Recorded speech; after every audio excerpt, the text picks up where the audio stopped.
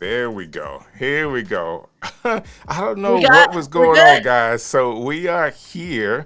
Thank you guys for being patient with Yep, now us. I see 7 people on. Okay, Yeah, okay. yeah. Now we can see everything. For a minute there, guys, I was actually live, but you wasn't seeing us. Like we did a whole countdown already. So this is countdown number two. Um, I'm good with that. It's yeah, fine. this is countdown number two. Might as well just start over. So, Gretchen, good to see you here with us. Alex, good to see you. Let me be sure I can pull these comments up. There we go. And yes, Yep, everybody's yep, shouting there's out Miss Alex. Gigi. Yep. Miss Gigi Hey, Esquire is here Alex. today. There we go, Hey, Gretchen. Gretchen. Miss Thomas is here saying hello. Hey, And then I have Lisa.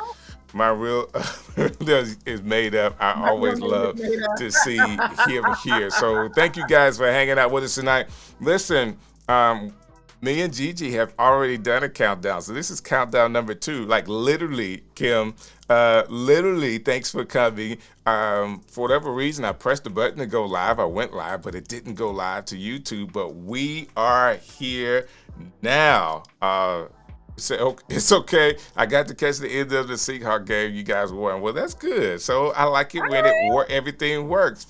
Parker, thank you for hanging out with us tonight as well. This is about you guys tonight. Okay, so Gigi is here. Gigi Esquire is here. She is a lawyer, and she's gonna be talking about protecting yourself with your content. So we're gonna be talking about all of it. Sean, thank you. And I'm gonna remember that. I remember Doc saying it, but now I'm gonna get it. Okay. So yes, stuff does happen, but we were just off for a few minutes. We were on, but we were off. And now we're on again. So Gigi, thank you so very much. Now you were on with me last week. Was it Doc and I that was talking? You and Doc were talking about course creation, and I was in the chat talking smack. Yes. That's where it goes, right? And you just decided, hey, this is great that you guys are building courses, but how are you protecting it? Exactly. So the last time me and you saw each other, we were in Albany, New York for Oh, my People of hometown. Video, and you actually presented there. So I thought what you did there was really cool. So maybe we'll dive into some of that content and help everybody that's on right now. Lights, camera, action. Join the stream team and be a part of the streaming network. Our goal is to help you succeed. All right, guys, here we are. I have her on. Listen, this is what I need you to do because this show is going to be about you. As you can tell, she's right behind me on the shoulder in the green room. I'm going to bring her up in just 1 second. If you have questions, I need you to put a Q, and then a colon, and then your question. We're going to be talking. This is about you tonight. If you're a content creator and have other content creator friends, please go ahead and share this with them so we can all learn together tonight. I'm in the same boat with you. How do we legally protect ourselves and our content, or maybe even use content that we thought was protected? Like, what is this fair use policy and all the other kind of stuff? We're going to dive all in with Miss Gigi tonight. So without any further ado, thank you so very much for being here tonight with us, Miss Gigi Esquire. And I've already asked you if I could call you that, but I thank you so very much for your willingness to be so down to earth to help all of us in this space. Can you tell us about your law firm that you're running right now? Yep. So my law firm is called the Gaylord Law Firm. Very easy. Right. So I do it to help content creators. A lot of my clients are fellow content creators as well as travel agents. Because I also have a travel business as well.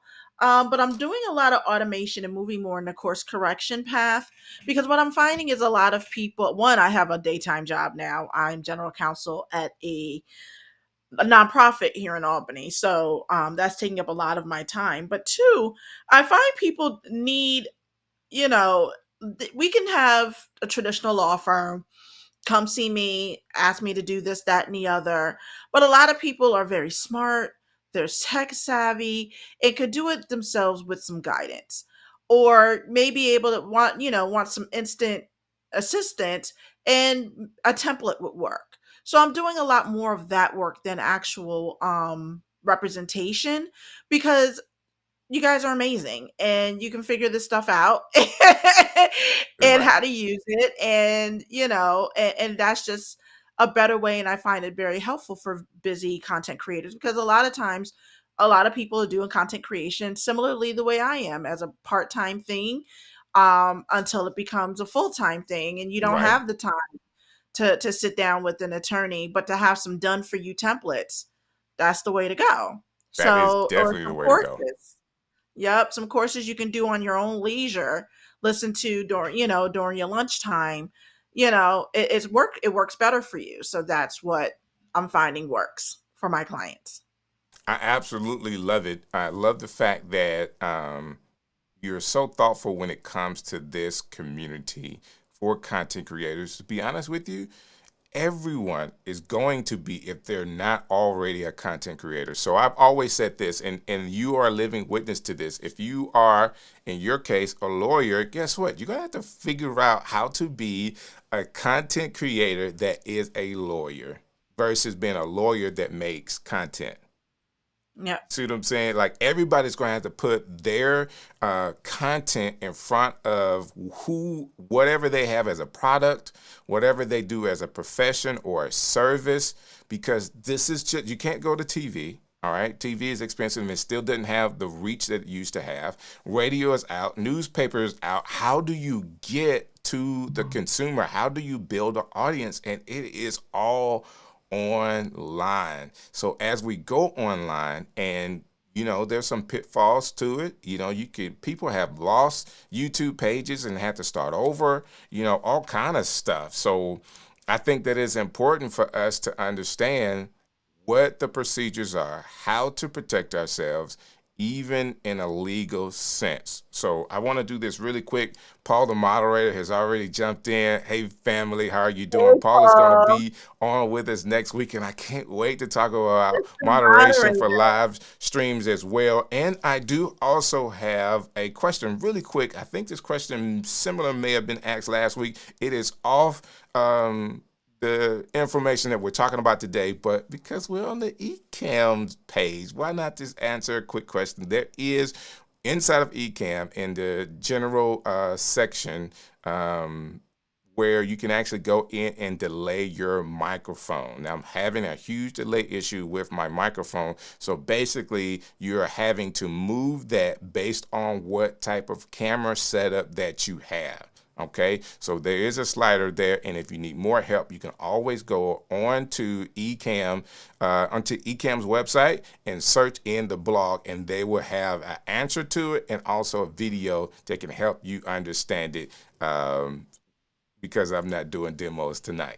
That being said, there is inside of your settings, general settings, a mic delay for your microphone to be able to catch up with the camera and all of that. So please look at that. And if you have any more questions, go to the website. There's a blog there, and we'll help you. And possibly Paul can find a video for us real quick to kind of put in the comments that you can look at later on. Thank you so very much for that. When it comes to legal information for content creators, that's what we're talking about tonight, copyright stuff. If you have any questions about some of the things that you've seen, I need those questions tonight to kind of help us curate this conversation. But that being said, Miss Gigi Esquire, when we talk about the legal part of our content, where should we start? So the first thing you need to see, you have to look at your page, right? Plan out your page. What is it? What is the content that you wish to provide to the public? Even if you're doing course creation, what is it that you're trying to provide to the public? Do you plan on using any type of music, slides, things of that nature? And so, what you're looking at, how are you advertising this? Are you doing it through Facebook ads, Instagram, via email, all of those good things? And then you have to say, okay, I am about to, let's say I'm putting together a course on how to build widgets, right? So are you know, you have there may be 50 million courses on how to build widgets, but your way may be a different way than other people's. You want to protect that. You don't want, what you don't want to happen is Mike, Mary, and Jane say, okay, Strick's course on widgets is the bomb.com. It's better than John's, it's better than Mary's, it's better than everybody else's. But I don't want to pay for, the full price. So how about the three of us go in and we share passwords? Got you. No. Right. But that happens all the time. Right. All the time. And some people don't think that there's anything wrong with it. But your course on building widgets is copyrightable, right? It's your thoughts. You're not taking it from somewhere, okay? Now, there's different exceptions to that, like if it's a well-known procedure, things of that nature. There's exceptions to whether or not it can be copyrighted. But for the most part, it is, because it's your work on how, and your process on how to build these widgets. So what they're doing by sharing that password is infringing on your copyright rights, because hopefully you have in your terms and conditions, because you're going to need that they can't share passwords. That Right. whoever buys this is for them and their sole use. So they can't go off and give it to the other people. They have to buy their own and access the content on their own. Hopefully you have that in your terms and conditions, because that is the one Okay. thing you're going to need, is your terms and conditions on how they access your whatchamacallit, how they access Your your course. course. So that Right. is important. Terms and conditions. So number one, you need to have them. If you never thought about that, you built a course, you have a community, you have a place where you're putting your intellectual property. There should be some type of terms and conditions to be able to access that information. Correct. All right, I'm taking good notes. I'm on it, Gigi. I'm on it. So I'm pretty sure the questions are, well, what goes in those terms and conditions? Because that's the next logical question, Right. right? So you're gonna have in there your refund policy. Some Okay. people have. I know Alec talked about him having a. I think it's Alec, and you tell me if I'm wrong, Alec. But a hundred We've percent done some return training. guarantee. Yeah, I've had him on, and he Yep, definitely has a great training course through Kajabi and all of that. Yes, ma'am. yep, yep. So yeah, some people like you don't like it, you get your money back. Here you go. Some people are like, if you look at course one and course two and you don't like it, you get your money back. Here you go. It's really up to you as the business owner and the content creator to determine what that policy will be. But you need to have it in writing, right? The next thing is about whether or not your content can be shared. Can you, like for Netflix, they give you a access, but then you can add four other people. Why? Because they knew you were going to share passwords anyway. So here, Just they add just them stopped on. fighting it. Right. When you first started Netflix, you had that one account, and then everybody's on there, and they're like, and then they found out everybody's sharing passwords, and because it was such a huge issue, something that was totally out of their control, they're like, here, just take five other ones, just put five people on there, whatever. Right. They just gave in. So and was like, all right, whatever, just share. So same thing with Disney Plus and a lot of the other streaming networks. They're like, we know people are going to share passwords. Just make it easy for them. Here you go. Got you. And that's what they did. Um, but whether or not people are able to do that, you have to figure that out. What types of payment you're going to make. Accept. A lot of people accept major credit cards. Some people use bank transfers. It's Mhm. totally up to you as a content creator. And what they can expect, the terms and conditions is really what they can expect from you. It's a contract between you and the people coming um and To to get your utilize your content, content. to get Right. the information. Exactly. Exactly. So that's what the terms and conditions are. It's that contract, and make them sign checkbox or whatever that you accept the term, you've read and you understood the terms and conditions. But also be very clear up front what it is that they're going to get, what they should be what they're supposed to learn or achieve at the end of the course, and what your refund policies are. You shouldn't just have it in the terms and conditions, because 9 times out of 10 people don't read them, but you should have it up front in your advertising so it's very clear what it is that they can expect.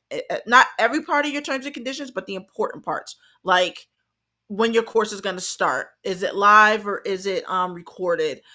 Do they get immediate access or do they get access on a certain date? And what your refund policy is. And if you do have a refund policy, how they can contact you to request a refund if they so choose. I love it. I love it. And before we get too far, Sean has already put a question in here that I think is great. Okay. And at the same time, I Sure. want to check in with India! uh, Hey, India. Sorry.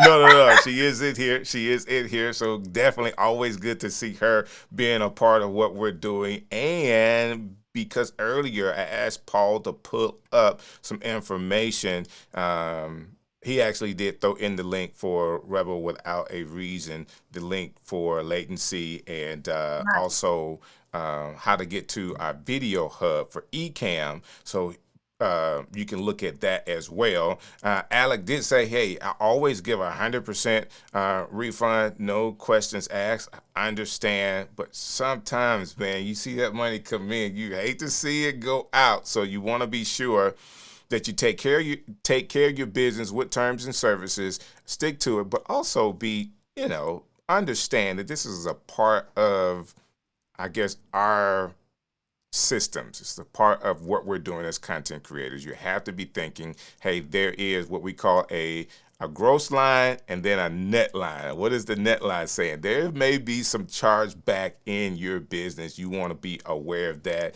And I want to say hello to Todd and giving thanks to Paul. Hey, thanks, Paul, for doing that for us as well. We're trying to help you here tonight as content creators. You're building courses, you have intellectual properties online. How do you copyright it? What terms and services do you have with your audience and consumers, people that are coming and buy your courses?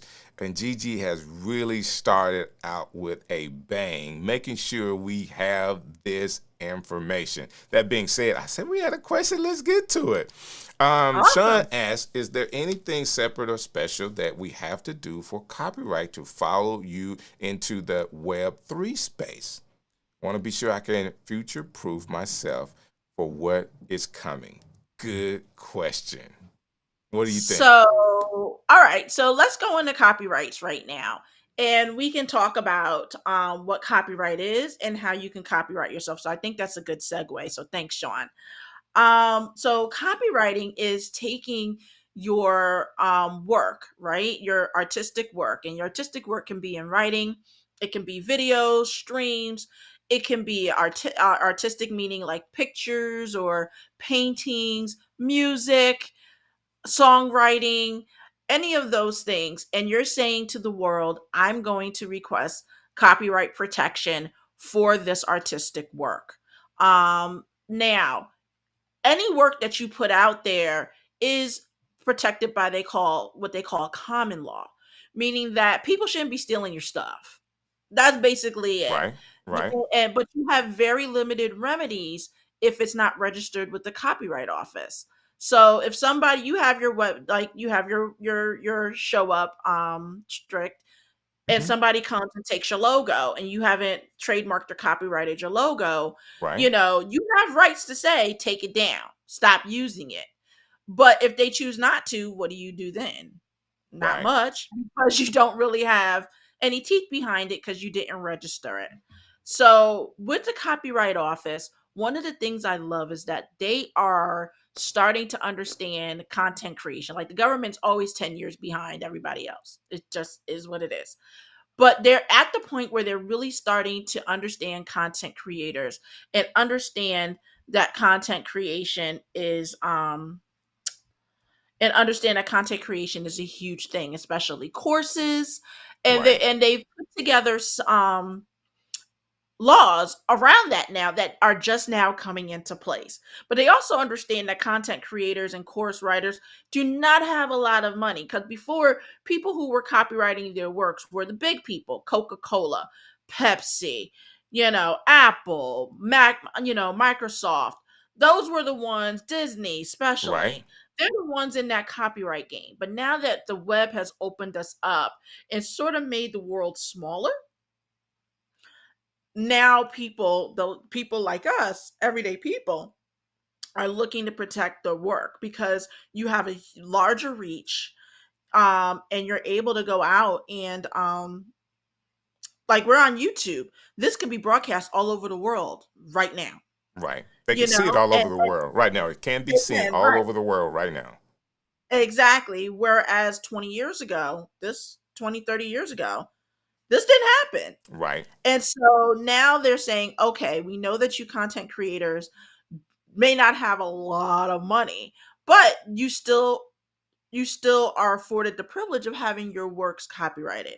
So as a course creator, because we're looking at this in the course creation framework, as a course creator, we'll let you take 10 of your recordings and copyright it all at the same time for one price, so long as those recordings are related.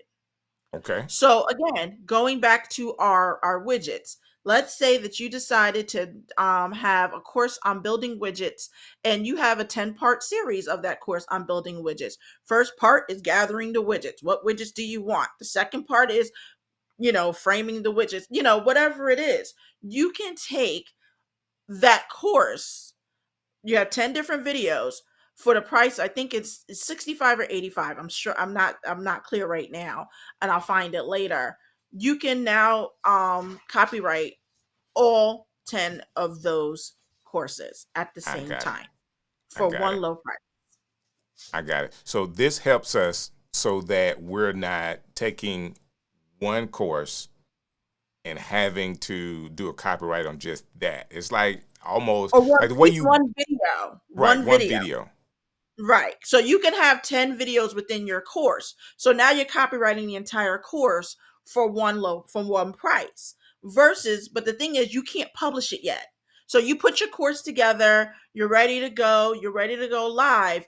That is the time that you actually provide it to the copyright office for protection, not after you published it to the public.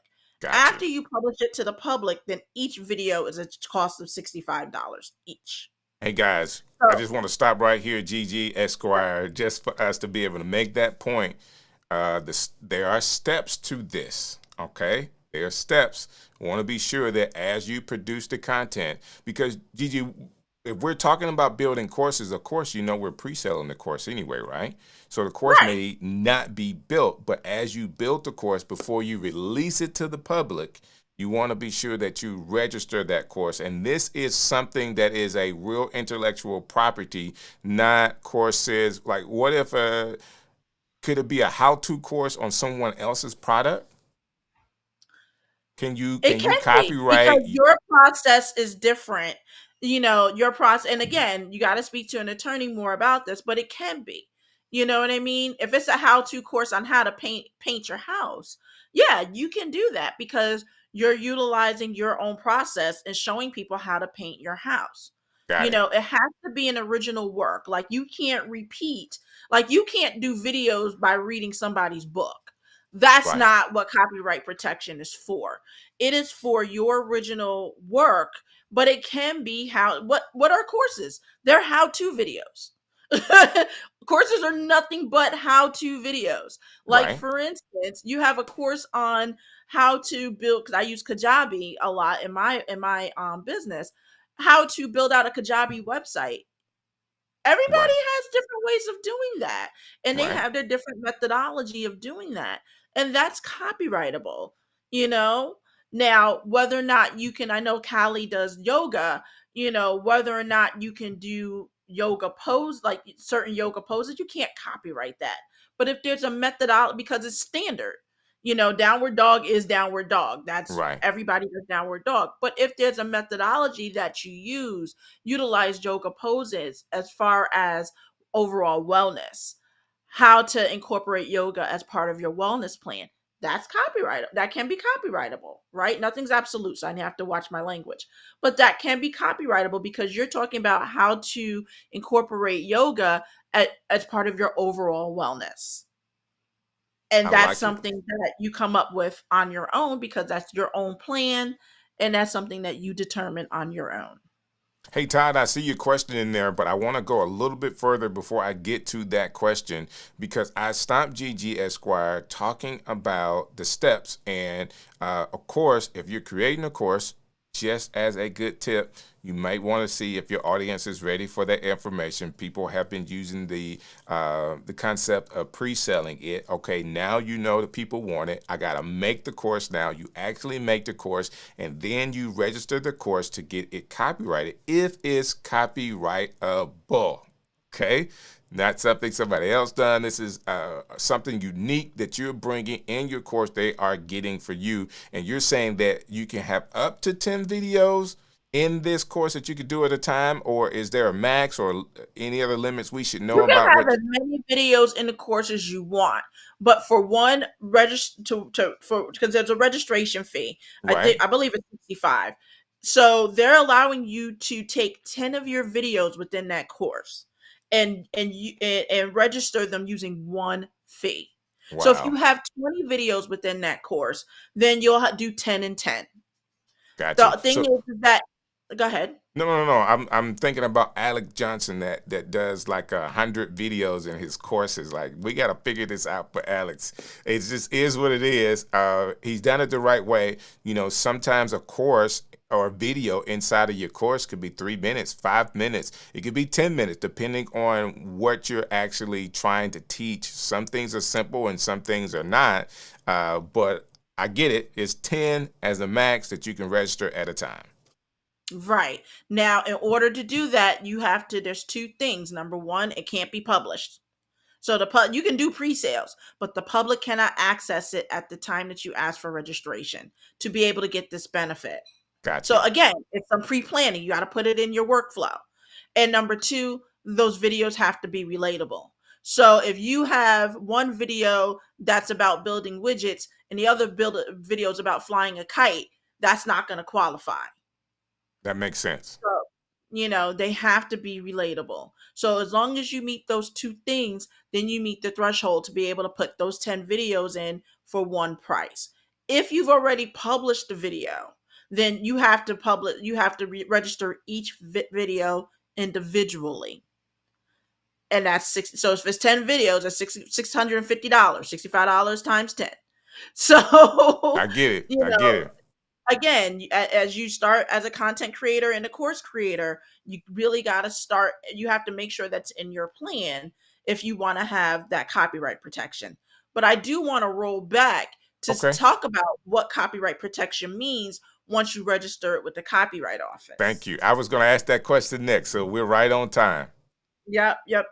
So what that means is that now if you have copyrighted material and it's with the copyright and it's registered with the Copyright Office, you now have more protections for you.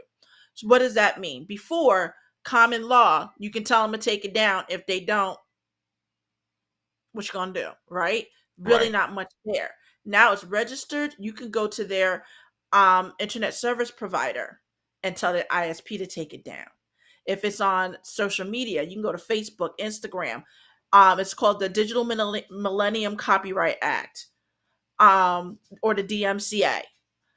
Whatchamacallit, they have specific rules on what to do to take that copyright down. So as content creators and YouTubers, I'm pretty sure every once in a while we've got that strike against us that says you're using copyrighted content, down your stuff goes, or they stop your stream, or any of that stuff, Right. right?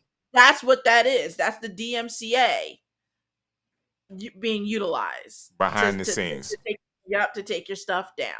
And you can also go after them for any profit that they may derive from utilizing your copyrighted material without your permission. Wow. That's powerful. It is. So I had a client that copyrighted her material, and one person went into her class, downloaded all of her videos, asked for a refund, and then started utilizing all of her methodologies in her class, Oh my word for word, God. word for word. So let me say this, Gigi, Hmm. and for everybody that's watching, The reason why she's saying this, she's giving you a real life example. Like all of us want to sell our courses and we want tons of people, thousands of people to buy our courses.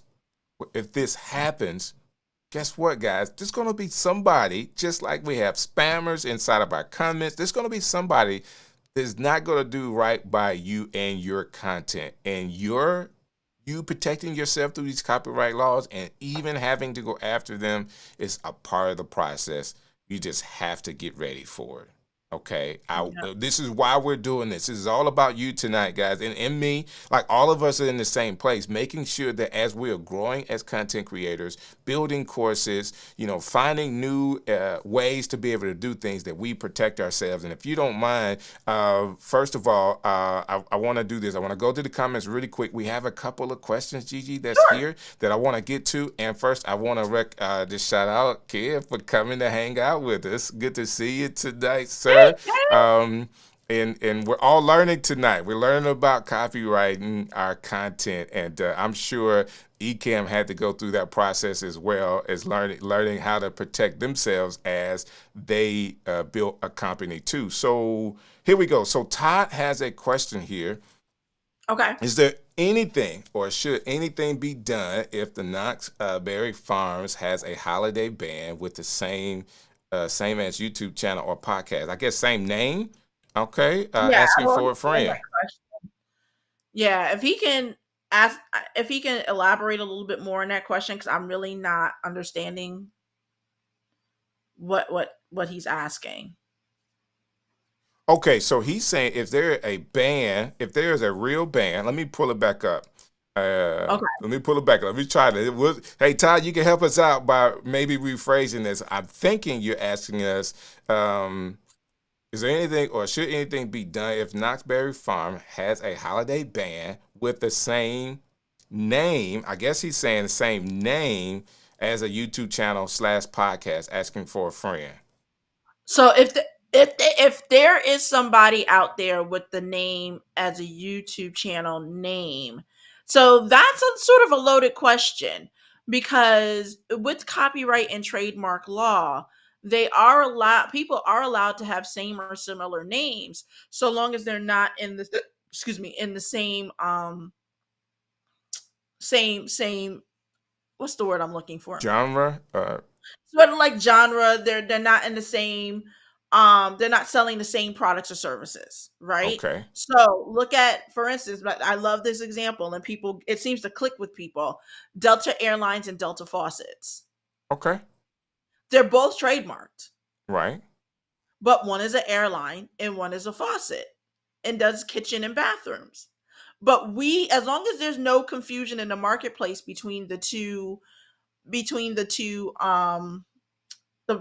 companies, they're allowed to have their information trademarked and or copyrighted, so long as there's not confusion. Like, I'm not going to confuse a Delta faucet from a Delta airline. Well, you're not gonna be riding that faucet anywhere. You're not gonna be Right. taking that. I get it. Exactly. Exactly. And when I go on the airline, they're not going to be making my bathroom look good. So Exactly. I like so that. I you like know. that. So I will tell you this: if there's a ban and someone comes along and makes a YouTube channel with that band name, what if That that band happens? can say take that down. You know what I mean? But you guys, see, this is what lawsuits are made of. And so, mine's different. Everybody thinks differently. Okay. Somebody can come on, the person who has a YouTube channel can say, well, I'm over here talking about painting a room and I got nothing to do with your band. So I should be able to have it up. But again, these are the issues that go through courts or people settle or whatever. So there's so many shades of gray there that I can't necessarily say with definity, with any definiteness that they're wrong. So Does Knott's Berry Farm have a claim? Yeah. Does the other people have a claim? Could be. It all depends on the facts and what each party is doing. Well, let me ask you this question. And guys, I see you. Anthony, I'm no, it's Rebel Without a Reason. I'm coming to your question next. Hold on. We're coming right your way. And Anthony, I have you, and Chris, I see yours as well. Let me ask this question to you, because when we talk about technology being online, it has been the wild, wild west, even going back to people taking .com names ahead of time. People were just smarter than others. I think we had somebody, Sean asked earlier about, hey, cover myself with Web3. Like, people are working in Web3 right now, and we can kind of be oblivious to what's going on in that technology until it comes mainstream, and there are whole networks being built, and you got to buy property, you got to buy names from third parties because they have been working in that space before you got there, and there are absolutely no laws that protect you. It's just, if I go through and there's a new company and I get their .com, I get their Twitter name, I do all the ads, you got to come to me to be able to get access to that if you want it. Am I right in saying that? Or have A laws little changed to that? a little bit. So I deal with that in my trademark all the time. And a Okay. constant issue that we trademark and copyright attorneys have is, what do we do first? Do we get the digital assets first, then file the trademark, or do we file the trademark and then get the digital assets? You know what I mean? Like, I tell my clients, you need to be able to pull the trigger on all of them at the same time, Gotcha. because people, what they do is, you'll go and get the digital asset and then they'll put in a trademark application. Right behind And you. now you have to fight because the trademark application is BS, but they want money from you. Right. People do this for a living, They right? do it for a living. They do it They for a do it living. for a living. Or you go and do the trademark and then they buy all the digital assets. I like People that. do this for a living. And so the law has caught up with it.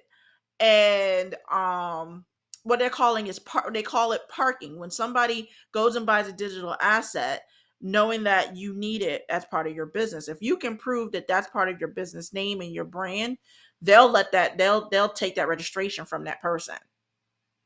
Got it. Got it. You I know, did I've have to done it do it. several times. I registered a 20-year-old logo just 2 weeks Mhm. ago, and I'm so excited about it. All right, because it's 22 years in the making to get my Strict City logo trademarked in my state.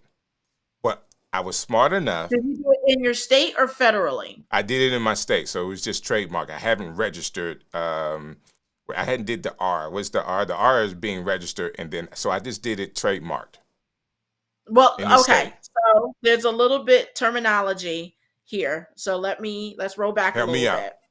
Yes, sir. So you can trademark federally or in your state, right? Here's the Right. difference.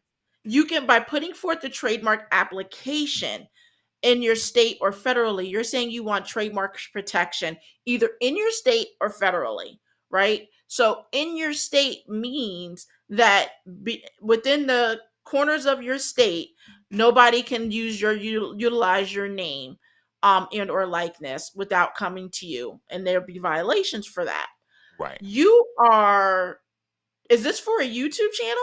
No, it's not for a YouTube channel. It's just a branding thing for business, more importantly. And does your business go beyond your state? It will. It will. So I'm learning tonight Okay. along with everybody else. I was told, hey, if you want a So trademark, this is the trademark steps you need to make. And I was sent toward my state. And I also know that you can register, federally. So I'm learning tonight. yes. So, okay. So I'm going to start with the disclaimer. I should have started with, nothing here is legal advice. Everything's here for educational purposes only. If you hear, that does not mean that we have a attorney-client privilege. Okay, I'm done. Now, to Disclaimer. you. Yes, to you. So here's the thing. If you're going to be having services beyond your state, like YouTube channel, whatever your products and services are beyond your state, then you should be filing a trademark federally, Okay. because you want federal protection, Right. right? If you're a content creator or a course creator, you don't have to be. The thing about it is, everybody's like, well, I have to have a sale outside of my state. No, No. You Okay. don't. It has to be available to the public, period. So if you have a mom and pop store, it's going to be hard to show that it's available to the public outside of your region, right? Right. But most of us as course creators and content creators, we're doing this online. Online. It's very easy to show that our stuff is going to be out beyond our state. Why? Because it's online. It's online. I get it. So Anybody the can buy it basis from of it, anywhere. right? They could be sitting in California. They could be sitting in Maine. As long they come across it, and there you go. There you Now, go. here's the thing: when you're talking about the R, that means that your mark is registered with the Patent and Trademark Office. However, you start with the TM. The TM is the TM in a circle. Once Trademark. you put in your application, your protections start immediately. Gotcha. And then as your application goes through the process, you know, there can be bumps in the road, things of that nature. But then you want to do an R once it's registered, and that registration lasts for 5 years. Got it. So So go ahead. question for you. Now, I've been using my logo for a very long time. That's Should I go back and say, hey, this is when that logo was developed and when I started That's using part it, of your application. They right? And ask you start when you with that started. prior date. Mm-hmm. I just wanted to be So sure I that, did it right. Because if yeah, anybody came whatever back and year that said, you hey, started I using had it it, first, I can show the paperwork that says that I was using it back in prior years. 2007. Okay. Right, right. If you went back to 2007 and you utilized that logo from 2007, that's what you put on your application. Gotcha. Okay. And that way, if somebody does come up or they infringe, you have a way of showing, nah, I've had this since 2007. Where were you, bruh? So, Right. and Right. that's a defense, but it has to be on your application. And Okay. this is why you need to have an attorney help you with this. I know a lot of people do this stuff on their own, and it's fine, but there's little nuances that people don't know about. Like, for instance, I was on the internet today, and I don't know why my friend took this. I love her to death. I'm like, good luck with this. Somebody's asking for, they filed for their trademark, and they're like, I need somebody to help me with the office action, and it's due today. You had 6 months, bruh, in order to know. You knew about this thing 6 months ago, and you're now coming on the last day, expecting Wow. somebody to whip something up. So, office action means that when you filed your trademark application, the examiner found something wrong with it and issued a letter telling you what's wrong. Okay. And so And you have, it's now changing to 3, but before you had 6 months in order to respond to that office action. wow. Hey, we're So he got learning there, something right, today. Gigi, this is incredible. Now, Gigi is here because she does have a law firm. Like, she handles this stuff. She teaches on it. We were at People Video not too long ago, and she did she spoke about this particular thing. So she's helping us. Let's go back into these questions because I don't want to go too long sure, or too far without getting them. So yes. Rebel, without a reason here, he does have a Q in another comment. So I'm gonna let that slide. Would it be easier to buy a blanket copyright for your business so anything developed intellectual property or otherwise would be covered by your copyrights? You're shaking your head and saying no. Because there is no such thing. Got it. So you have to develop the work, and then that work is copyrighted. Got it. There's no blanket copyright. That doesn't exist. Oh, we So, wish it. We want it to be easy. You know that. right, right. Nope, it's not that. You have to develop the work because they need to show, because you have to prove that it is a unique work done by you. Got it. So you have to show that. And they look at that stuff. So if you can't, in order for that to happen, you can't just copyright my business. It doesn't work that way. You have to have a unique work. I like it. So let's get to this next question. Um, Anthony here said you mentioned 10 videos. How about the length of each video? Doesn't matter. It's good. Doesn't matter. Okay. Well, let's keep going. So, Chris, good to see you, sir. I hadn't seen you in a while, so glad you're hanging out with the stream show tonight. Can you copyright the full unsegmented video, but have the videos in the course in 3-minute increments? They need to know how you are going to present that course to your audience. So if it's your intention to take that video and break it down into 3 separate videos, then those are 3 videos within your course. So that means you have 7 left. So whatever you provide to the copyright office needs to be a direct reflection of what it is that you plan on providing to the public. Got it. Love it. So we got people chiming in, and Todd did say yes, the same name, but he didn't. Maybe we'll go back and say, here it is. Christmas Chatter is a band at Knoxberry Farm, which was formed after my podcast, Christmas Chat. Okay. So I'm not seeing an issue here. a band formed at his Knoxberry Farms after he started his channel or his podcast, Christmas Chatter. And you're saying that it's still 2 different things. Well, what I'm saying is this: he is the catalyst between both of them. So is he going to call copyright infringement on himself? Is that both? So Christmas Chatter is a band at Knoxberry. So he's talking about a band which was formed after my podcast. So he has a podcast that has a name, and then there's a band that was formed that took the same name. So I guess, but he said which was formed after his podcast, Christmas Clatter. Right.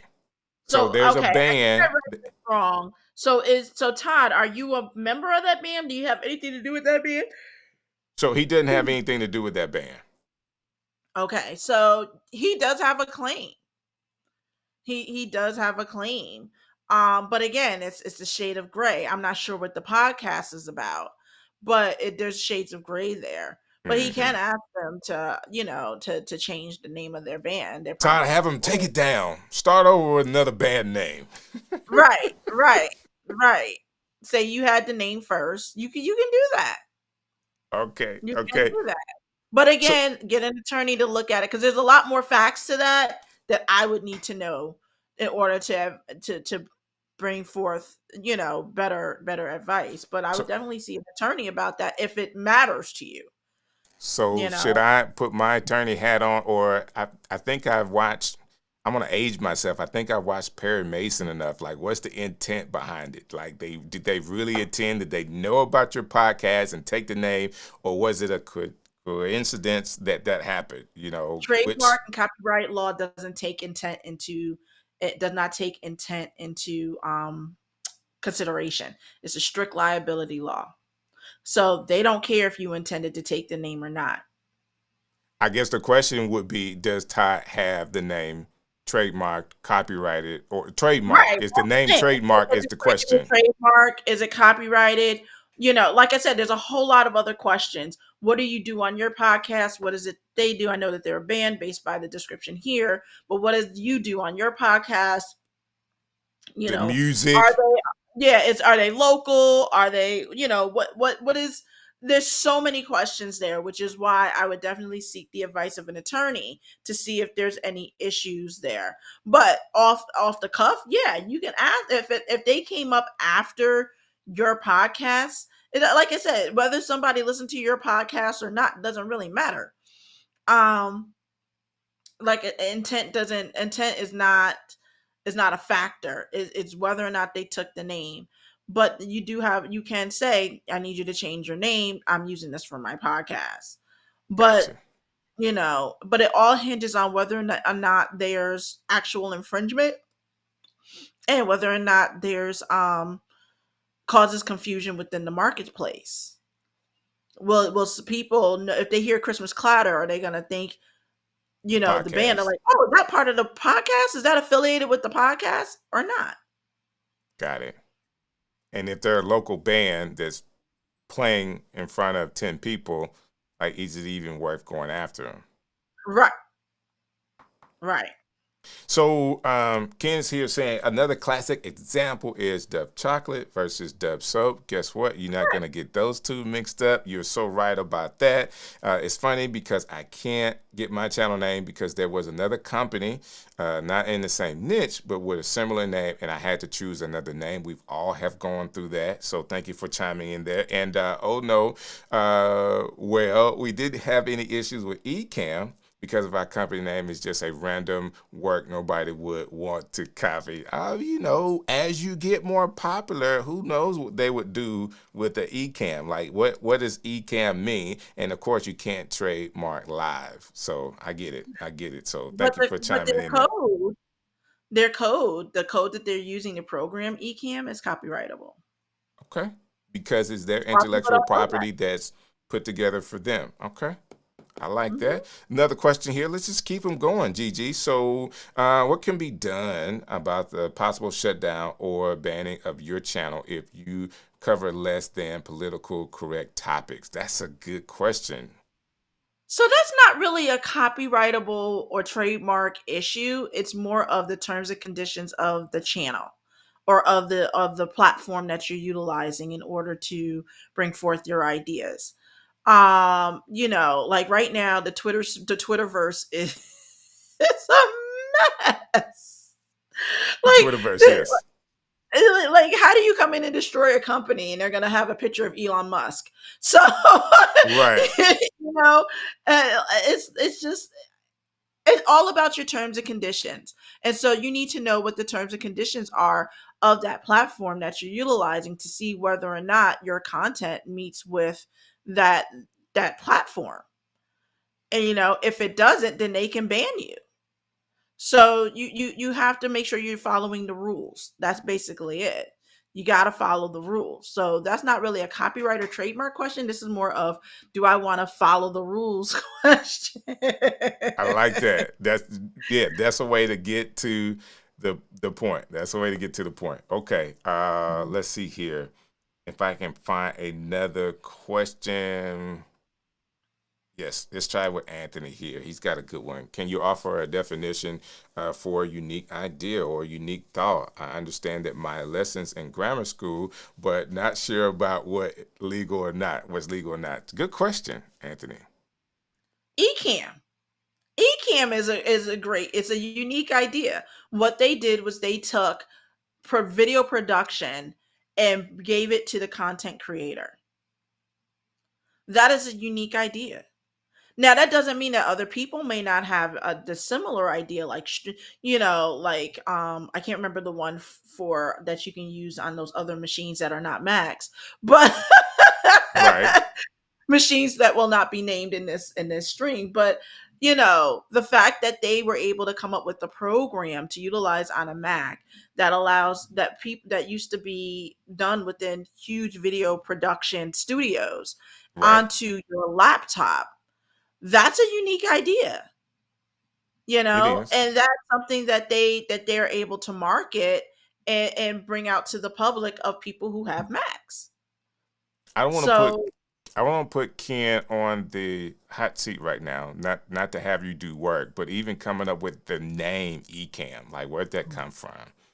Like I know it, from a copyright standpoint, it doesn't matter, but it's be very interesting because what is a E and a cam? Like I'm sure that they have a reason behind it, but that name, like if he just does Ecamm, not Ecamm Live, but Ecamm could be trademarked, right? yes, Ecamm can be trademarked. So when you're talking about trademarking, you're talking about your brand, right?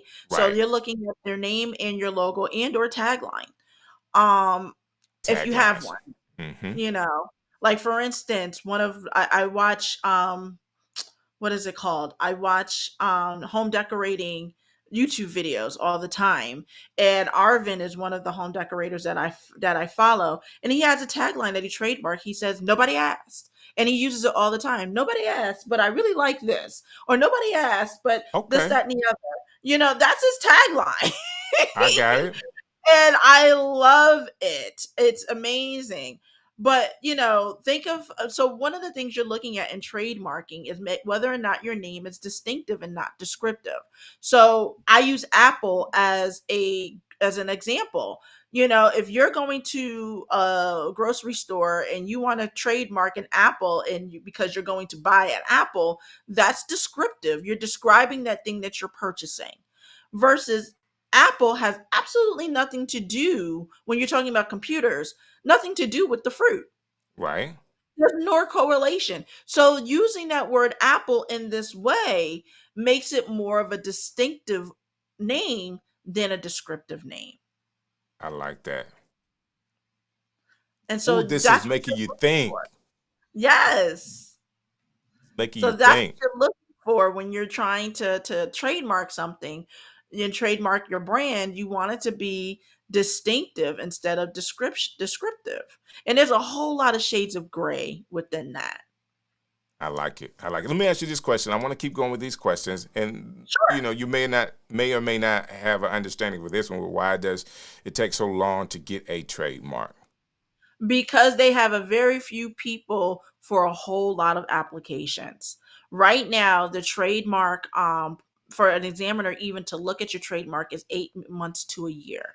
Why? Because they can get millions of applications annually. And these applications aren't coming from just US companies. They're coming from people all over the world who Got it. sell and market their products in the United States and want that trademark protection.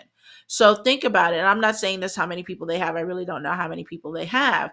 But if you have a million applications and you have 10 people working those applications, it's going to take a long time.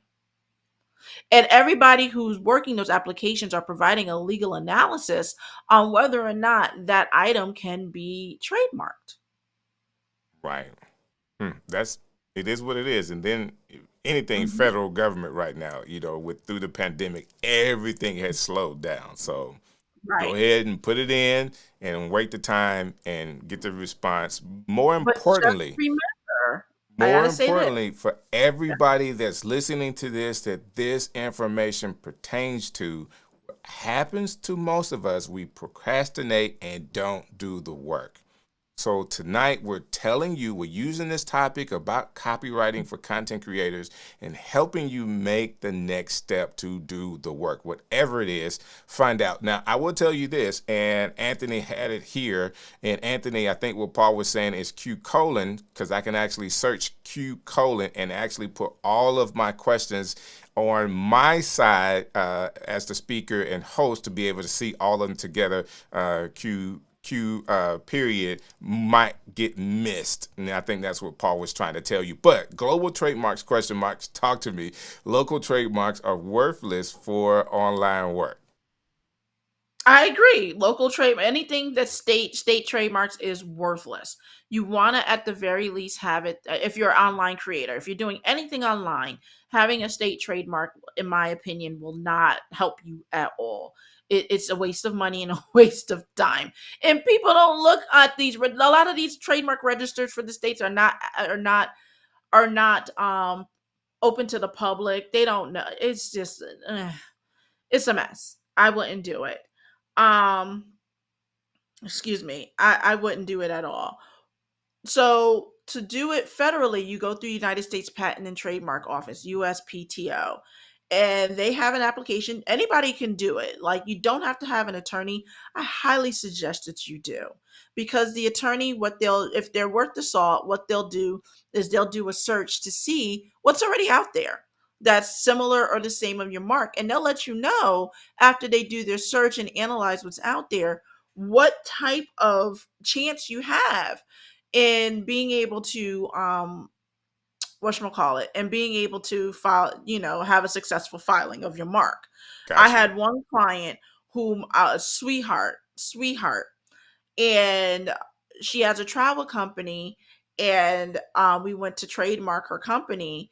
And when I did the search, I did pick up, these are the things that I see are similar names to you, but they're in a different class of service. They're not offering the same services that you're offering, so you should be okay because we shouldn't have any confusion.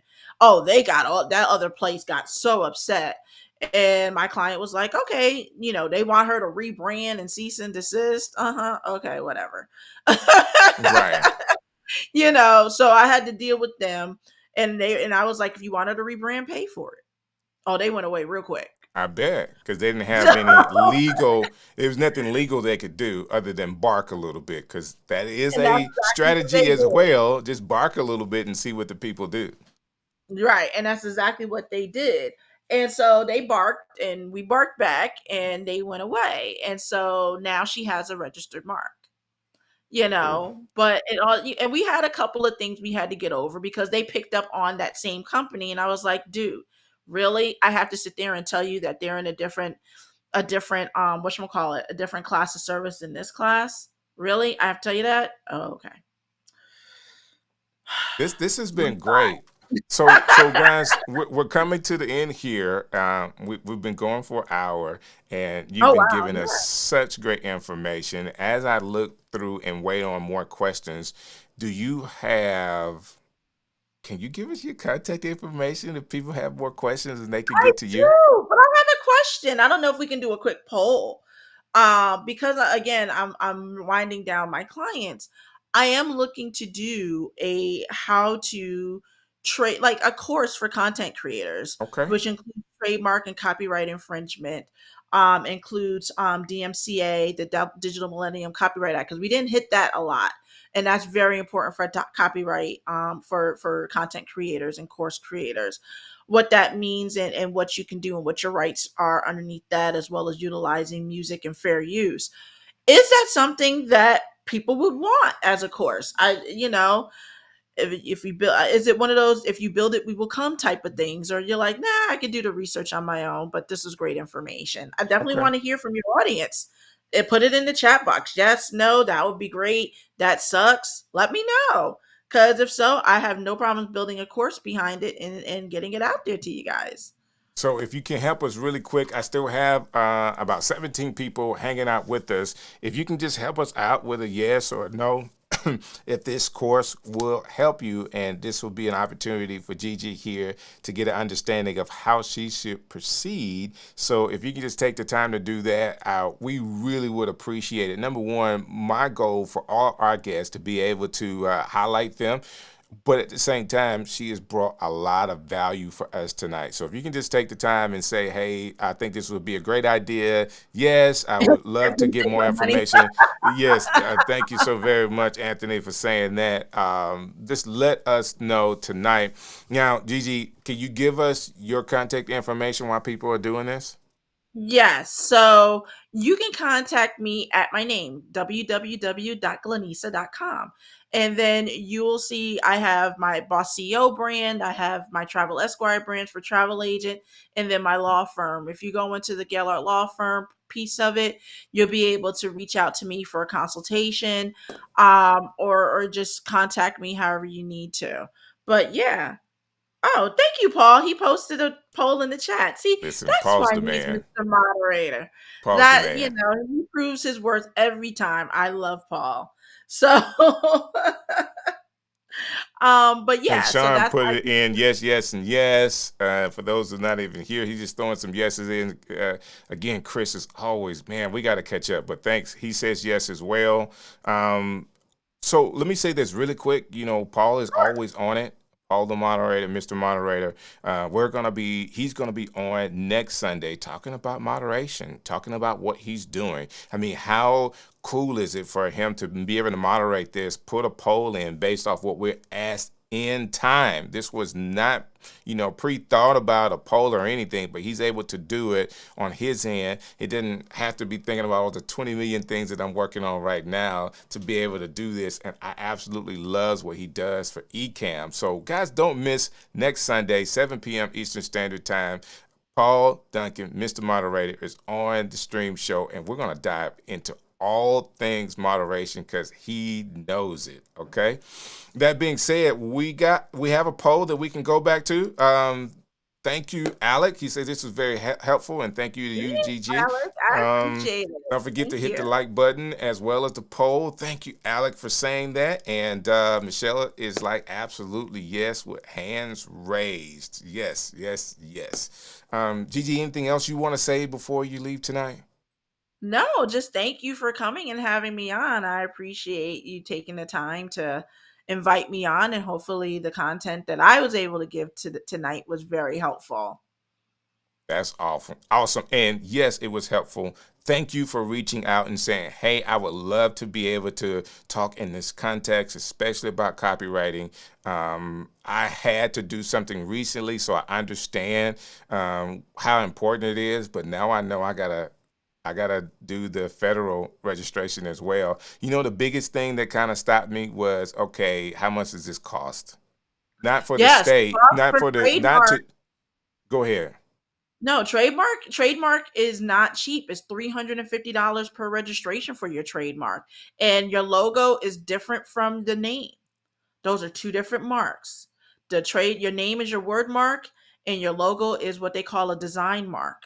And those are two different marks. And so you're looking, if you have both, which most people do, you're looking at $700 before you even come out the door, with no guarantee that it's going to be registered. So, and Wow. it takes a long time. Copyright is a lot cheaper, but your trademark is what you call it. Your trademark is Needed. more.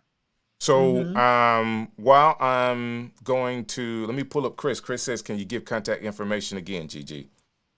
Yep. So my website is www.glinnesa.com. So you see my name in the upper right hand corner of the screen. That's it. www.glinnesa.com. And you'll see my law firm on there. So we're getting some yeses. Anthony, man, thank you for the compliment. This conversation is big for all of us. I think it's in time. It's definitely in time. After having a video with Alec Johnson, and I'm thinking, man, this video is probably already over 10,000 people watching. People are building courses. They want to know how to build courses. You want to be able to protect yourself. Hurricane Dave TV, thank you for hanging out with us tonight. And Bishop Oliver, man, thank you for coming through and saying that it was awesome for you as well. And Gretchen is like, yes. And question, okay, okay. We still got questions coming in. So $350 for 10 videos. Is that right? Is that the right number? No, no, it's $350 for your trademark. So trademarking and copywriting are two different things. Trademarking, think your brand. You're looking at your name and your logo and or your tagline for your business. It's all about how the public can identify you. So the Nike swoosh, that's a logo. The Coca-Cola, when they have their logo with the red and the white and the little squiggly lines, that's their logo. But Nike, the name, is also trademarkable because it identifies the name of the company, what company it is. So each one of those things, your name and or your logo and or your tagline, are able to be trademarked, and it's $350 per application per per mark, whether it be the word mark, the name Nike, the logo, the Nike swoosh, or your tagline, just do it. Okay, that's under trademark. Copyright is your artistic work. So we're looking at your music, your musical works, your written works, poetry, blog posts, um, books, um, artistry, meaning paintings, things of that nature. Um, all of those types of things go under copyright. So for content creators, you may have videos. You have 10 videos, as long as they're related and they're not published, you can request copyright protection for all 10 of those videos for $65. Not each, $65 period. That's the difference. Got it. Good stuff, Gigi. Listen, Sean has already asked. Thanks, Gigi. Please come back. I need to set a time. Me and you need to set a time in 2023 that we can talk about all this stuff again, because now Sure. we're starting to build. People have a beginning place. And then we'll dive in a little more into what's the next steps for all of us, making sure we have an understanding between trademark, local, federal, registration, and copywriting. So when you have a C, a R, or a TM, we give all those details again. So thank you so very much for the time tonight. And guys, please go to our website. Paul has put the link in to our comments. Check her out. Use her services, and you can already tell she knows her stuff. So again, thank everybody tonight for hanging out with us on the stream show. I'll see you next Sunday. Hey, this is DJ Strick, and I would like to thank you for watching another edition of The Stream Show.